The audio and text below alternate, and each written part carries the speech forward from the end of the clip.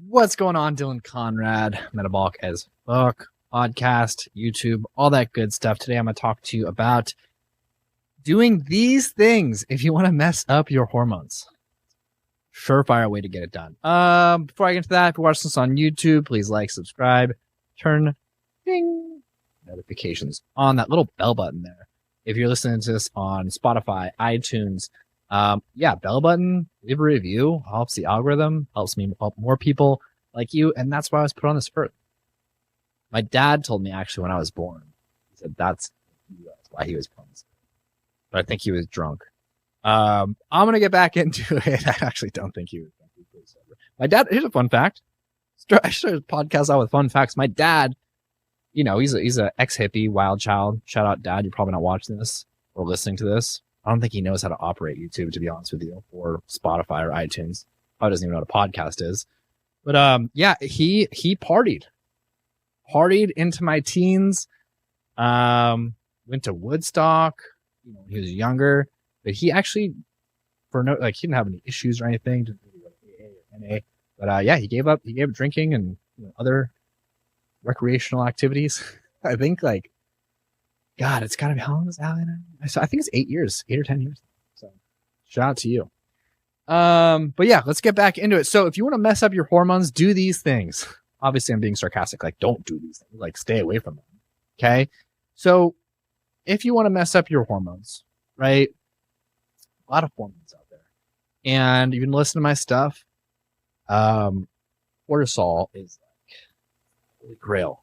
And we got cortisol at the top. If you have high cortisol, low cortisol, you can also have high and low cortisol at the same time. If you have any of those, any dysregulation, right, any non-optimal levels of cortisol in your system, it's going to fluctuate throughout the day, obviously. That will mess the rest of the chain up. So if you're trying to get your thyroid, in line, doing all these different life changes, nutrition, and working out, if you're not taking care of cortisol first, you're not going to be able to make that change whatsoever. Okay. So first thing is, and I see this a ton. I see a lot of this is really in my working moms and just high achieving moms. I think a lot of working moms are trying to kind of do a lot of stuff with their life, which is freaking awesome. I get it, I'm an entrepreneur. But if you're also a runner and you have massively high cortisol, right? That is running and endurance training, long time on the elliptical, all that stuff is going to be really, really bad for the rest of your body, right? That repetitive stress, that no bueno on your cortisol, okay?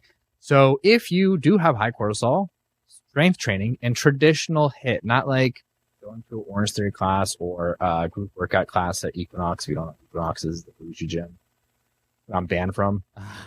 It's a story for another time. But traditional HIIT where you have really, really intense, you're think of Freddy Krueger chasing you and you have to run away for your life. That's a 10 out of 10. So if you're doing HIIT training, 8 or 9 out of 10, right?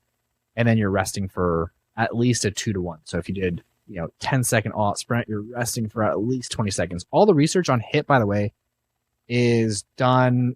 It's usually 10, 20 seconds all-out bursts. Sprint on either, erg, ski, on a bike, or sprinting, and then they rest for 5-10 minutes.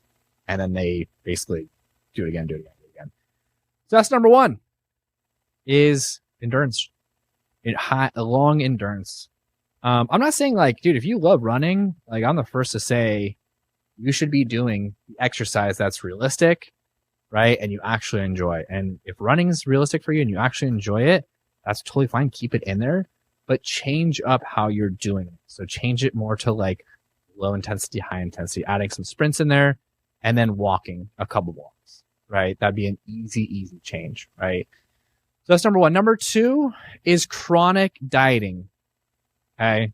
Duh. I know chronic dieting is bad for you, but you might not know whether you're actually can be marked as a chronic dieter. And obviously who is a chronic dieter and who's not. That's kind of a subjective. But how I like to constitute it is if you have, and basically almost everyone is. But if you've gained and lost like the same 10 pounds over and over or more. The average woman, I think what's the stat? 40 diets by the time they're 45 or something. I can't remember the exact stat. But if you've done, multiple diets a year, you start diet 3 or 4 times a year. If you start and stop, like that would be chronic dieting, right? You start, you're doing diets, right? And even if you're just like, oh, I'm just decreasing portions, like you're still decreasing calories. So, but why is it bad for you, right? So chronic dieting, cortisol, chronic dieting is stressful on the body, right? So if you are going in and out of dieting that's stressful, it's going to increase your cortisol, which is going to send everything else. Cortisol is obviously a hormone, but it's going to throw a lot of hormones out of the loop as well, right? That's some water. Excuse me.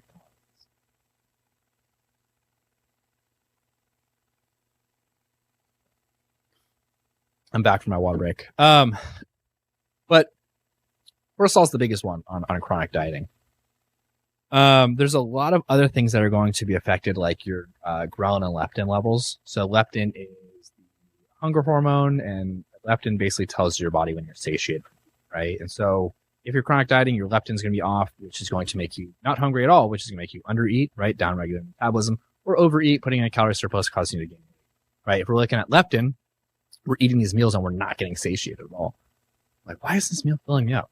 Because like, your leptin's off. That's also how leptin predicts how you store your body fat and metabolism as well. So that's a no-no. And if you are doing chronic dieting, that's totally fine. But it is time to make a commitment to a lifestyle of nutrition and not just starting a new diet, a new fad, right? Because you have to cut 10 pounds for a vacation. Time to stay ready, people. Third one, intermittent fasting. So same thing, stresses your body out. But also the biggest thing that intermittent fasting they really preach is, I go there? Should I stop? Is that the horizontal camera? I thought that was the vertical the whole time. So I've been looking at that one. Nah, we're not going to edit this out. We're keeping it in. We're keeping it real for you guys. You guys get to see all the behind the scenes ish going on here. But intermittent fasting, the biggest thing they preach is like insulin, right? So insulin is the hormone that basically tells us to store carbohydrates as energy or store them as fat, right? And so if we're obviously insulin resistant, then we're storing it as fat. We have a lot of sugar. We have a lot of glucose circulating around the bloodstream. They can't be uptake, right? The extreme end of that would be diabetes. You can't take up the sugar in your blood, right? Carbohydrates in your blood. On the other side, we have insulin sensitivity. When you're insulin sensitive, you burn body fat, you build muscle really easily. Like you want to be insulin sensitive. So that's the whole idea behind intermittent fasting. People is trying to use insulin to our advantage. Unfortunately, there is a lot of research that shows that intermittent fasting, especially too much intermittent fasting, actually can make you insulin resistant. So it has the opposite effect, right? Look, I think intermittent fasting is a great tool in the toolbox for certain people. I use it for a lot of men. I'm not a big fan of women, right? And it is a sign from these hormonal certifications that we've done and what we're certified in, hormone specialization, hormone optimization, is if you are a woman and you're not hungry in the morning, that can be a not good sign for your hormones are not in where they should. Okay, you should be actually hungry. Okay, that's number 3 is intermittent fasting. Number 4, butchered HIIT classes. So I talked about this earlier, but I'm talking about high intensity intervals that you're not getting much rest or you're not getting any rest. So I see like, oh, join my interval class. And it's like, dude, I'm working my ass off for 10 minutes with no rest. Like that is no bueno. If you're doing like, hard exercise and then like a more easier exercise, which is obviously going to be person dependent because some exercise might be easy, some might be hard for certain people. But so say, for example, if you're doing like, something like vertical jumps, 10, 20 seconds of it. And then you're doing like a dead bug hold on your back and just like holding the legs out. That'd be pretty easy. So that would be okay. I'm talking about the HIIT classes that you're going from like one circuit to the next and the next and next. I'm not calling anyone out. Orange Theory. Excuse me. But I am saying that you do need rest and at least a 2-to-1 work to rest No, rest to work ratio. So, no, 2-to-1 rest to work ratio. Yeah. So basically, if you're doing 30 seconds hardcore, at least 1 minute. But if you're going really hard and you're getting really into that high intensity of a workout, you should need a lot more rest than that. I always tell my clients, like, dude, if you're not taking the rest periods that I program for you in your workout program, you are not pushing hard enough on the exercise, right? Either your execution, your form is crap, your tempo is off, you're rushing through the workout, you're not using the right weights, something is off. That's why I have all my clients send videos. Those are the 4 things that you can do if you want to mess with your hormones. So don't do any of those. Okay, make the change if you want my hormone optimization matrix. You're like, yeah, my hormones are fucked, but I have no idea what to do. Find me on Instagram at Dylan, like Bob Dylan, A Conrad, Dylan A Conrad. DM me hormone. I'll get you my full hormone optimization matrix, and you can start rock and rolling. Obviously, that is a general blueprint. Okay, and it's going to differ from person to person. That's why we have such a huge intake process on our hormonal optimization in our program that we do. Anyways, love y'all. Have a great rest of your day, and I'll see you soon.